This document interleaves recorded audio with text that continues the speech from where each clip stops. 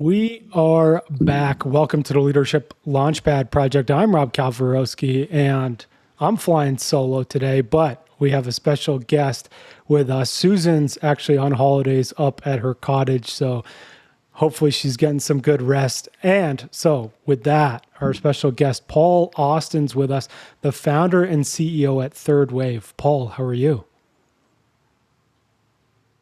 Rob, I am pretty good.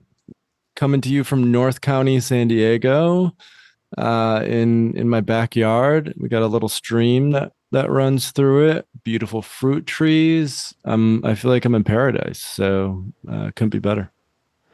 San Diego, actually, you don't know this, and I'm not sure how many folks know this, but San Diego used to be on my list of places I wanted to live because it's got the beach, it's got incredible Mexican food, and there's a big water polo community, which I'm super into. Plus the weather, I mean, 85 and sunny, like 300 days a year. So, but now I'm here in Costa Rica, so things have changed a little bit. Well, and I'm glad you brought that up. I've lived many places. I've lived abroad in places like Turkey and Thailand and Mexico and Portugal, and I've also lived in New York City, Miami, the Bay Area. And I loved a lot of the places that I live, but I really, really love San Diego. It's not only the weather and the ocean, surfing, there's mountains close by, but the people, there's a lot of like really great people here, conscious wellness, even the work that I've been doing in the psychedelic space, this is really ripe for it. And it's not the same level of intensity as LA, but you get most of the same upside. So I'm a big fan. Amazing. So we always start off the show with a quote. And so I got one here from Eckhart Tolle, who I've just started listening to his book, The Power of Now. Shout out to Sonny Strasberg for recommending it. And he says, it is not uncommon for people to spend their whole life waiting to start living. Paul, what do you think? So, yes. And just to bring this back into the topic for today, one thing I've seen again and again with intentional psychedelic use is it often brings people into that recognition and awareness that life is precious, that life is a miracle, that we really only get one chance or opportunity in this specific form.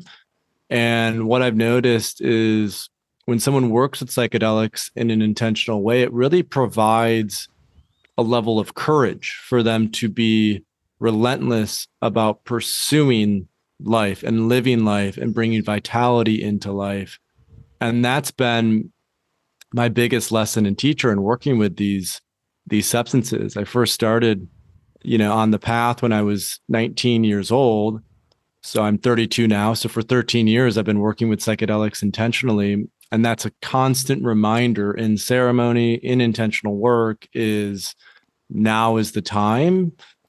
There's no need to wait. And what a beautiful opportunity for us to create. And psychedelics are phenomenal allies in that process. I love it. And of course I picked the pod or the quote for that. And I totally agree. I mean, it was part of my journey to actually move down here and then ultimately to pivot out of engineering and to go on this kind of different career path and life path. It was really, again, that intentional psychedelic use, which I was quasi forced into, I would say. But it worked out better than I could have imagined. Can you share a little bit more about that when you say quasi force? What was the Yeah, the like context around that? I'm totally. just curious. So I was suffering with depression. Mm, Basically, I spent a year, I spent a long time being depressed, but the second bout that actually led me to starting ketamine treatment was about a year and a half where I was somewhat suicidal. And mm, during that time period, I was doing coaching, I was doing therapy. I was like, I even tried one time to do a big dose of mushrooms that didn't really help me just because of my brain chemistry. And it was about 6 months after I was in therapy, and we were doing 2 to 3 times a week of like EMDR, IFS, like real deep work. And my therapist said to me, she's like, Rob, I don't understand. Like, we've been working together, we've been doing a lot of work, we've been clearing a lot of trauma, and yet you don't feel any better. And I don't get it. And I had done, at that time, I'd done, I don't know, 20 different medications. And I was sort of like, I don't understand. Like, the logic to me is like, why would I try one more when the first, like, astronomical number hadn't worked? And one of my friends, actually, Ellis, who has been on the show a few weeks ago, he recommended me. He's like, hey, there's a lot of good research out about ketamine. And he Googled it for me, and he's like, hey, this clinic in Edmonton is doing it. Why don't you go check them out? I was like, all right, well, I don't have any other options at this point, so I'm going to do it. And so, yeah, I went in, and I was really happy because actually the psychiatrist, the first thing he said to me, well, we did the intake and whatever, and he was like, we do a genetic test for medication here. And I was like, take my credit card, do it now. Yeah. And then, yeah, like a week or two later, I started ketamine treatments. And then about a month later, I started with the medication that I'm on right now. And like literally, it was, yeah, when I started that medication and after the like loading phase of ketamine, it was like, and everything clicked. And it was like everything we had done in therapy, like clicked, and the medication clicked, and the ketamine clicked. And then it was just like a rocket ship on growth. And yeah, it hasn't stopped. That's fantastic. And that's such a beautiful opening even for this episode, because when we talk about leadership, we often don't recognize that a lot of leaders struggle with depression, they struggle with anxiety, they struggle with burnout, they struggle with all of these things. So much of the emphasis in normal leadership talk is growth, performance, all this stuff. And yet what I've noticed is a lot of leaders, the most prevalent work for them is shadow work, right? And it's really actually going into emotions that have been repressed, stories that have been forgotten, things that have just been numbed out for a long time, and really actually digging those up, allowing those to have a catharsis and to be integrated. And I think shadow work is so essential and key to becoming an integrated leader and leading from a place of vision, empathy, communication, all these sorts of things. I totally agree. And you're right. Like, I was reading the Gallup State of the Workforce report for 2023 yesterday, and they reported that 44% of people experience more stress today or every subsequent day than they did the day before. And so like, and you cannot, I've tried it, you cannot do deep trauma work that actually changes and impacts you if you're in that state of stress. It just, your body will shut down and your protectors will lock you out from that work. And so the first step is really ultimately finding that peace, and then you can really get after it. So, Paul, we went in deep first. Go ahead, though. Yeah. We did. We love that, right? Just open it up. Go right for it. But before we get more deep, like we heard a little bit about you. You've gotten into psychedelics since you were 19, and you're the founder of Third Wave. Like, tell us a little bit more about you, and what mission are you on today? So, when I was 16 years old, I was sat down by my parents on a Sunday after church, and they had recently found out that I had been smoking cannabis a few times. And I grew up in a pretty, traditional home, church every Sunday, West Michigan, quite, conservative Republican. And so my parents had been raised in sort of the, era of the war on drugs, and had really been conditioned to believe that all illegal drugs were illegal because they were bad. And so they sat me down after church, and my dad, who's like just such a like kind and sweet man, looked at me and said, I haven't been this disappointed since my brother passed away in a car accident 30 years prior, right? That's how impactful it was for them that I had smoked cannabis at the age of 16. And I tell that story because it communicates how so many of us have been conditioned through, I would say, propaganda in many ways to believe that cannabis is bad, to believe that psychedelics are bad. And so that sent me on this journey of really in like a process of inquiry, like, is cannabis actually as bad as we've been conditioned to believe? No. Right. And now we've seen how in the last 10 or 15 years that tide has shifted significantly. And so as I continue to grow and mature, and I started to get into intentional psychedelic work at the age of 19 with psilocybin and LSD, I came to realize that also with these substances, things are not as we had been taught. And so those early psychedelic experiences were highly influential in me, one, coming to terms with death through the ego dissolution of psychedelics, realizing that, like I mentioned before, life is very precious. It's a miracle. But then two, also realizing that I was fully responsible for everything that happened to me.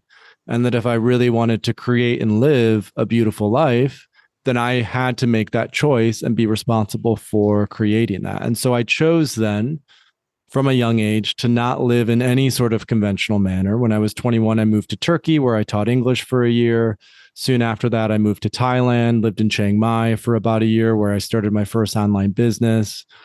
And then in 2015, I was living in Budapest and doing a high dose of LSD with a couple friends. And we were just talking about the state of psychedelics culturally. And at that point in time, microdosing was starting to come on the scene. There were some well-known podcasters like Tim Ferriss and Joe Rogan who were starting to talk about psychedelics. More research was coming out. A lot had shifted around cannabis. And so what I was foreseeing is that psychedelics would also really come to this point of being reevaluated by society. And that what was key to that was destigmatization through education. And that if we could really help people understand the science behind psychedelics, the benefits, and also the risks, then a lot more people would be empowered to actually work with these substances in an intentional way. And so I started Third Wave in 2015 as a platform to educate the mainstream about the usefulness of psychedelics as a tool for growth, a tool for development, a tool for healing, a tool for transformation. And so over the last 8 years, as Third Wave has grown and really developed, where we are now in 2023, as I'm sure you're well aware, and some of your listeners may be well aware, it's a totally different landscape now. There's billions of dollars coming in investment capital. Oregon and Colorado have legalized psilocybin. The FDA is on the verge of approving MDMA for PTSD. And my personal mission continues to be, how do we ensure that there is a cultural container for responsible psychedelic use? I'm a student of history. It's what I live and breathe. And what a lot of folks don't know is that we've been working with these substances for thousands and thousands of years, right? And that when they came back on the scene in the second wave of psychedelics in the counterculture, the reason it went so sideways is because a lot of the non-clinical use was highly irresponsible. High doses of LSD done sort of willy-nilly, and that led to this backlash. And so I thought, if there's one thing that I could do, it would be communicating that psychedelics, if used responsibly, are incredible tools for healing and transformation, and that microdosing is the best way to start on that path. That you don't necessarily need to do nothing or, 5 grams of mushrooms, that you can start at a low dose, that you can cultivate a relationship with the substance, and that you can start to actually learn how to work with it in an intentional way. And so that continues to be my mission, just really helping to build a safe cultural container for intentional psychedelic use.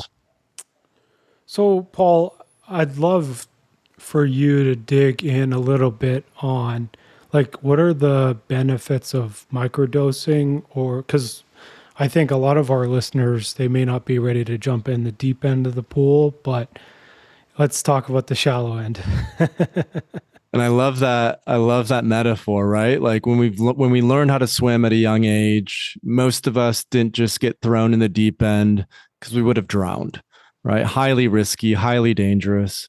Usually we started in the shallow end. We had, a teacher, we had an inner tube, we had maybe swimmies on. We learned how to navigate that before we went out into the deep end. And microdosing is very similar, where we're starting to open that aperture of consciousness.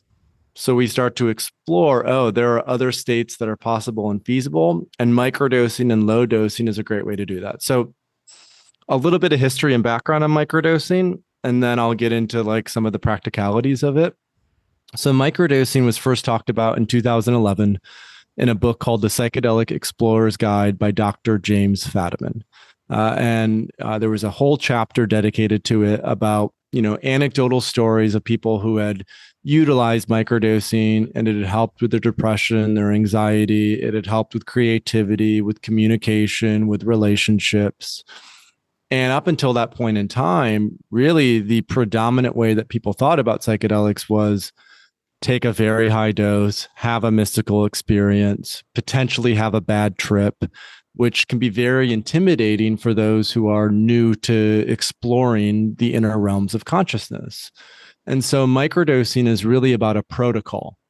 It's about, how do I take a low dose of a psychedelic, about a tenth of a regular dose, 2 to 3 times a week for anywhere from 30 to 60 to 90 days. So as an example, when I first started working with microdosing in 2015, I did a microdose of LSD twice a week for 6 months. So a little bit longer than that 90-day, but I was also a guinea pig. I was experimenting, and I had 2 core intentions for that microdosing protocol. My first intention was to help with social anxiety. Up until that point in time, I had often used alcohol as a way to connect with people, as a way to be less anxious socially. And when I started to dive into the research, I came to realize that LSD and psilocybin are way less toxic, way less harmful than alcohol is, right? And so I was like, well, maybe I can still have a lot of the same extroversion, because something that the LSD in particular helps with is extroversion. So maybe I can have some of that same extroversion, but not be hungover the next day, and actually really take care of my physiological body.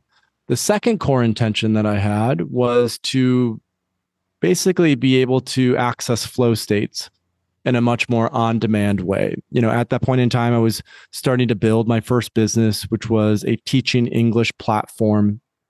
I was doing a lot of writing, a lot of brainstorming. I was also working quite a bit just to get the things done that needed to get done. And what I found is that microdosing really helped me to be more productive.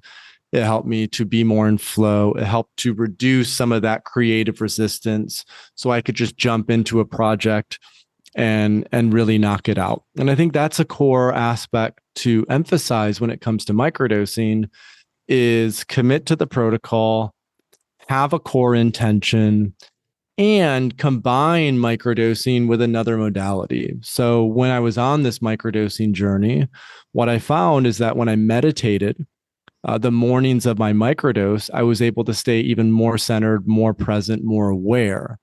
And that's really important to emphasize, because something that we've often been conditioned to believe in especially the United States and even in Europe, is that we need a pill to fix something. So you take the Prozac, you take the Zoloft, you take the Xanax, you take the Adderall, and taking the pill is going to fix the thing. And what is really important is that we don't look at microdosing as a magic pill. We look at it as a tool that can help to facilitate neuroplasticity. And then we utilize that window of neuroplasticity to actually weave in behavioral change that is going to help us to live a healthier life. So oftentimes when people microdose, they're like, oh, I'm making better decisions about the food that I eat. I'm exercising more often. I'm kinder to my spouse or my partner. It's easier for me to establish new habits like meditation that are supportive. And so that commitment, that willful participation to become a better individual, to become a healthier individual, microdosing can really help to facilitate that. I love that. That's amazing. And it's definitely something like folks out there. There's Matt Zeman, friend of the show, also has a free microdosing guide on his website, Psychedelics for Everyone. And yeah, so there's a lot of research and free assets out there that you can get in and get some guidance on it. So definitely check those out. And I guess, Paul, now I want to get into the leadership side of it. Because the last time we spoke, you were telling me that you were giving a talk with some world leaders in the audience. And of course, any huge change or systematic change that we want to see globally has to start with at least changes of some of the laws. So how do you go about like communicating to world leaders that this is a big change and we need to do it because it's going to benefit everyone, and then even getting over those shadow sides of those leaders that like, hey, I'm in control now, so I don't actually want to change because I'm the one who benefits? It's a great question. Number one is, the first half of your question about how can we communicate about this? What's been so beautiful over the last 5, 10, 15 years is the amount of research that's been published around psychedelics. And so the first thing that I always root in when talking to people who are quite new to psychedelics is just showing the research, right? Like clinical research shows that psilocybin is incredibly helpful for depression. Clinical research shows that MDMA can be incredibly helpful for PTSD. Clinical research shows that psychedelics are actually anti-addictive, that they can help with addiction, and that they are the safest drug known to man. Psilocybin in particular is the safest drug, safer than alcohol, safer than tobacco, safer than even safer than caffeine, right? So all of these legal drugs that we think of as, oh, it's okay, these drugs are okay because they're legal, psilocybin is in fact healthier than almost all of them. So that's the first thing I root in from an educational perspective.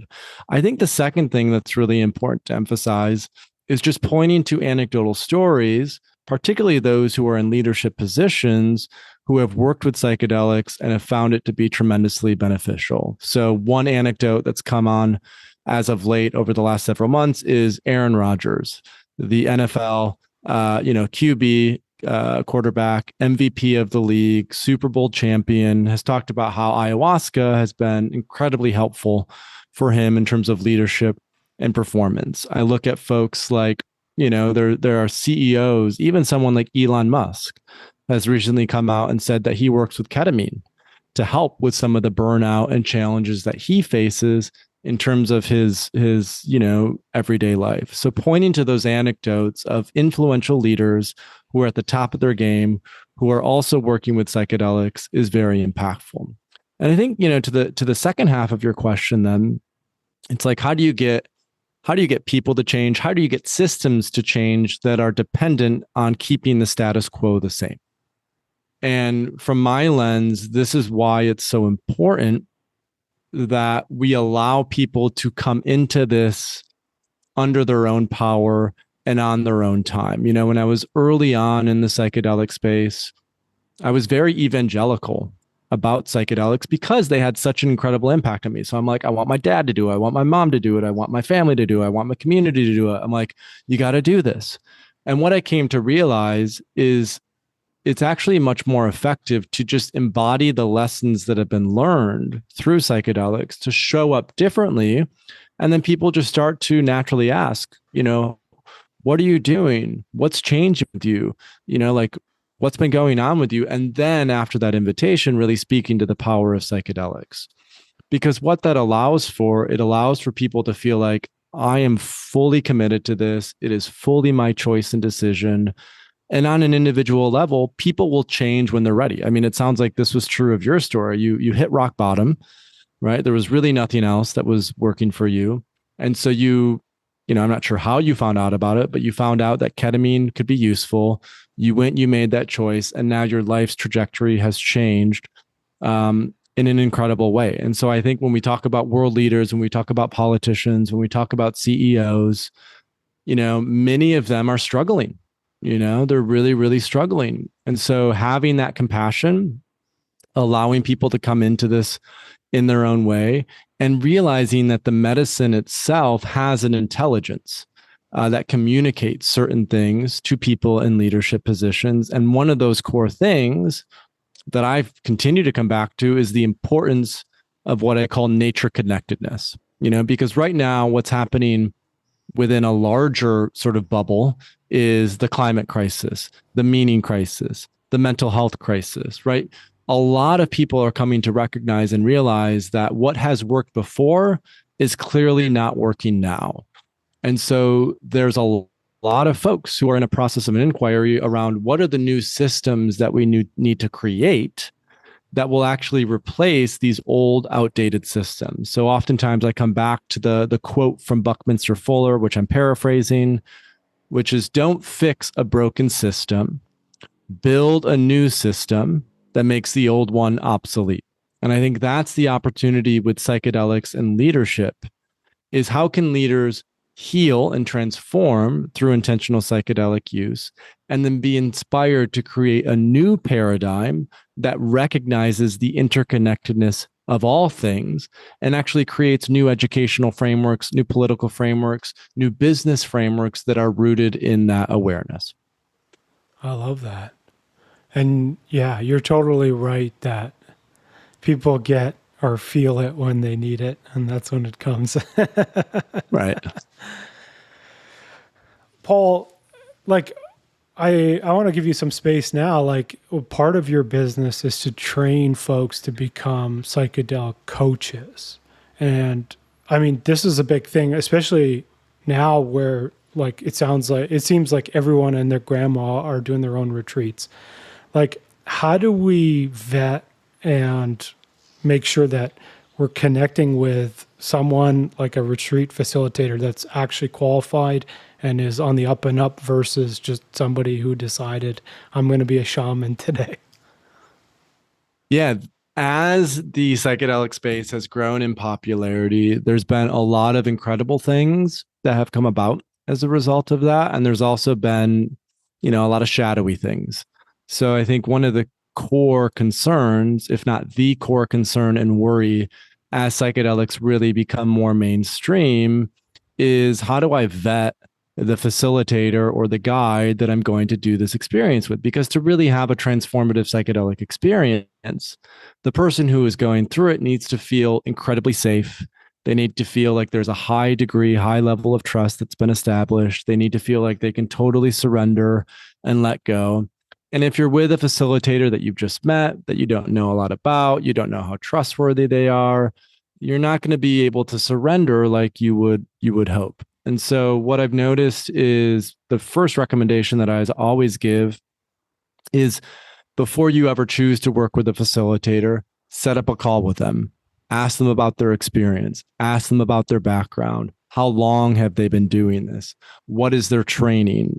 And that training could be Western medical, clinical therapist, medical doctor, psychiatrist.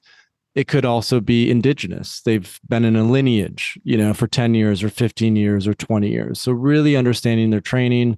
Do they offer preparation? Do they offer integration? Do they have any like references that you can check, right? People that they've worked with in the past. Usually what I tell folks is the only facilitators or retreat centers that you should be working with are those that someone that you trust, a friend or a family member, has already gone to and they've had a great experience, right? Mm.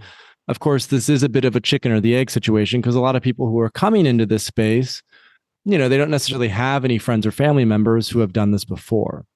And so the reason we started the Psychedelic Coaching Institute, and the reason that we are doing a practitioner training program for those who are either established coaches already or looking to become a coach in this space, is because through our platform at Third Wave, we wanted to ensure that if we make recommendations or referrals, we are really recommending someone that we know, that we trust, and that we know comes from a great place and is super effective. So even on Third Way's platform, we have a directory of retreats, clinics, therapists, and coaches where we vet everyone who comes into the platform. We ask for references. We make sure they're a reputable person. And we believe that that directory is really necessary and helpful. And what we've also come to realize is, and I think this is especially relevant for this audience, not everyone who is working with psychedelics has a clinical diagnosis, right? Not everyone necessarily, has PTSD or treatment-resistant depression or, high levels of anxiety. A lot of people are just really looking to grow, evolve, and transform. And so what I noticed, a couple of years ago before we started the Institute was that a lot of the training programs are focused on clinical, medical, therapeutic approach. And so our program really focuses on training practitioners in mastering the skill of psychedelics for leadership, performance, and well-being. So a lot of the coaches who enroll in our program, they're executive coaches, they're health and wellness coaches, they're life and relationship coaches. We have some clinicians as well. And we train them in what I call the broadest landscape possible. Right? How do you think about psychedelics? How do you think about what I call the 5 key elements: assessment, preparation, facilitation, integration, and microdosing? What are the different medicines that are useful? Ketamine versus MDMA versus psilocybin versus something like ayahuasca or 5-MeO. And then based on where the client's at, what's the appropriate dose level? Microdosing might be most appropriate. Even starting with something like breath work or a float tank might be most appropriate. For some folks, if they have some experience with psychedelics, it could be ayahuasca or 5-MeO DMT. So really training coaches and practitioners so that when they're in a client engagement, they know with precision, okay, based on where my client's at, I know this is the ideal path to facilitate for them. And again, paying attention to those 5 key elements: assessment, preparation, facilitation, integration, and microdosing. And so just to put a bow on this, for any listeners who are interested in doing this work, we actually have a one-to-one coaching program that we've recently rolled out where we pair you with a coach and a practitioner who guides you through a 3-month process of those 5 elements: assessment, prep, facilitation, integration, and microdosing, because we believe having all of that is key to a safe and effective psychedelic experience. Totally. Yeah, those are some great 5 steps, I think. Paul, you mentioned it, and and I really want to dig deeper because you're right. Like most of our audiences are executives or middle managers, and they're looking to take their game to the next level or their leadership and impact to the next level. How can psychedelics help them? So there's a phenomenal book that for any executives who are listening to this, or even middle managers, people who are working in business, who are in leadership positions, called Mastering Leadership. And that book is about what does it take to become an integral leader. And the framework that they communicate in that book is something called the reactive to creative to integral framework. And so they use something called the leadership circle profile. It's a 360 assessment. And what it assesses is how can I, as a leader, because about 60% of leaders are actually in a reactive mode. And leadership is incredibly ineffective if you're always reacting to things. You have to be in that creator mindset. You have to be intentional, and you have to shape reality in terms of how you want it to be shaped. And so what I've noticed again and again and again is, as I mentioned in my own story, psychedelics really help us to take full ownership and responsibility of who we are as a creator. I think one of the fundamental truths of reality is that we are here to create, right? And so what I've learned from psychedelics is they really help to put us in that driver's seat of, okay, I'm here to create. What is it that I want to create? How is it that I can communicate what I want to create to my team, to my company, to my organization, to facilitate buy-in from everyone? And so what they noticed in that research is that there were 2 key things that effective leaders did that was better than ineffective leaders. One is vision, communicating a very clear vision that is inspiring, that's motivating, that gets people behind you. And two is teamwork, communicating that vision to your team and then being able to support that team to really take that vision to the next level. And so when we look at how psychedelics map onto that, a lot of times when people have, especially a high dose psychedelic experience, it's one of the first opportunities that they've had to actually turn off the monkey mind, to step out of that sympathetic state and to really zoom out and go, okay, what's really going on in my life right now? Who is it that I really want to become? What is it that I really want to create? And that vision that comes from those high dose psychedelic experiences can often be incredibly motivating for those that we work with. So that's one way that psychedelics help with leadership, is helping someone to really step into their visionary capacity. And then the second thing, teamwork, I'm sure you've experienced this. I've experienced this tremendously. My intentional work with psychedelics has made me a much better listener. It's helped me to be more compassionate. It's helped me to be more empathetic.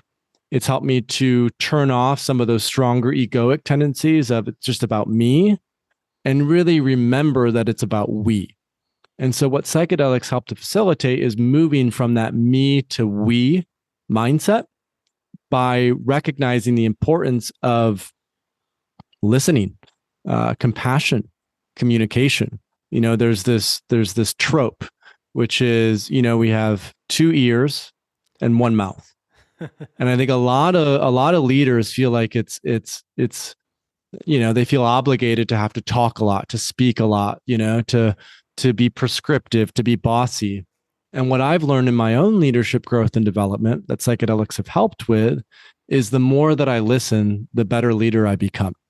And psychedelics, I think, really help with that process of presence, listening, awareness, which is essential to really good leadership. Totally. Yeah. I couldn't echo it more. I was actually saying it to a friend of mine this morning, was that psychedelics have allowed my brain or me to finally turn off the obsessive thoughts. And many folks out there, like, you either thinking about what do you got to do next, or you're worried about paying your bills, or you're worried about taking your kids to soccer practice, or you got to clean the house, or you got to get groceries, like there's so many things that you worry about. And then as you progress and your brain opens up and you take on, and like here's the key part, right, is the integration of the plasticity and these new behaviors and new beliefs, is finally your brain connects to self more often. And that's when you can just be. Yeah, turning off that rumination, right? Like quieting down, finding stillness. And we're way more effective as leaders when we come from a parasympathetic state, when we come from a place of centeredness, of listening, that presence, right? I always say presence is the greatest gift that you can give. And psychedelics help to teach presence, because when you're in that state, you have to go inwards, right? You have to listen. And in that process, you learn what it means to really listen deeply to yourself first, right? So many of us as leaders, our energy is always going outwards, right? We don't spend enough time really nourishing ourselves by going inwards. And psychedelics really help us to remember the importance of that inward process. I love it. Now, we got to ask the question we always ask is, what do you want your legacy as a leader to be? So when I was first starting this work, personal work, when I was 19 with LSD, a lot of my early journeys were in West Michigan, on the beach, by the lake, and in these beautiful wooded dune settings, like incredibly beautiful, like nature environment. And what kept coming up for me in those early psychedelic experiences was a deep sense of reverence, love, and respect for the natural environment. And also a recognition that we are as a species really harming ourselves by not taking care of the environment. Because of course, one of the fundamental learnings from psychedelics is that everything is connected, interconnectedness, interbeing, right? And so as that recognition really started to integrate, and as I was starting to really look at what I want my mission in life to be, right? When I was 24, 25, one of the core reasons that I started Third Wave was because I figured if there was one tool that could be leveraged that would have the biggest impact on helping us to recognize the importance of the environment, the importance of taking care of the environment, of listening to nature, it would be psychedelics. And we see this time and time again. You've probably had this experience. I've had this experience so often when we work with psychedelics. There's a way in which we just love the natural environment. Like I love to do psychedelics in the jungle, in the woods, by water, because it really helps me to connect at a deeper level. And so if I could point to, or if I could articulate my legacy in a very clear and distinct way, it's culturally integrating psychedelics to help humanity wake up in an accelerated fashion in order to address what I consider to be the biggest crisis of our time, which is this crisis of disconnection from the natural environment. And that by healing that connection to our natural environment, we not only heal ourselves, but we also help to heal nature because we recognize how important it is that we take care of it. And of course, the challenge with psychedelics is, they're very intense. The energy that moves through can be sometimes overwhelming. And so this isn't just about, I'm going to go take, a bunch of mushrooms and go wander in the woods for hours. This is about intentional, responsible use of these psychedelic substances to help us wake up to that truth of interconnectedness. So we as a species are motivated to actually shift and create this new paradigm that is rooted in harmony with the natural environment. And so kind of beyond that, the reason I've chosen to focus on leadership is because in organizations, in businesses, everything starts with the leader in many ways. And so when the CEO shifts, when the executive team shifts, when the management team shifts, then what they communicate, how they communicate, the incentives that they are motivated by, what they're choosing to develop a mission around for an organization will also shift and be more in alignment with some of those fundamental truths of interconnectedness. So shifting the hearts and minds of leaders with psychedelics to help us as a species wake up to healing our relationship with the natural environment. And that's why you're the perfect guest for this show, because we're super aligned there, Paul. Yeah. It was amazing to have you. And for folks out there, if you want to find and connect with Paul, we dropped his LinkedIn in the podcast notes. You can also check out his website, paulaustin.co, as well as if you want to check out Third Wave, it's thethirdwave.co. Third is spelt with the words, not with a 3. Paul, is there anywhere else you want folks to find you or follow you? We also have a podcast called the Psychedelic Podcast. So if folks do want to take a deeper dive into this work, we've published over 200 episodes. And then if there's anyone who is, an executive coach or who wants to get into this work, we have a 10-month practitioner training program that enrolls a lot of executive coaches to train them in the skill of psychedelics. And that practitioner training program we can also link to in the show notes for your audience. Absolutely. Paul, it's been amazing to have you on the show. And I really love your legacy statement.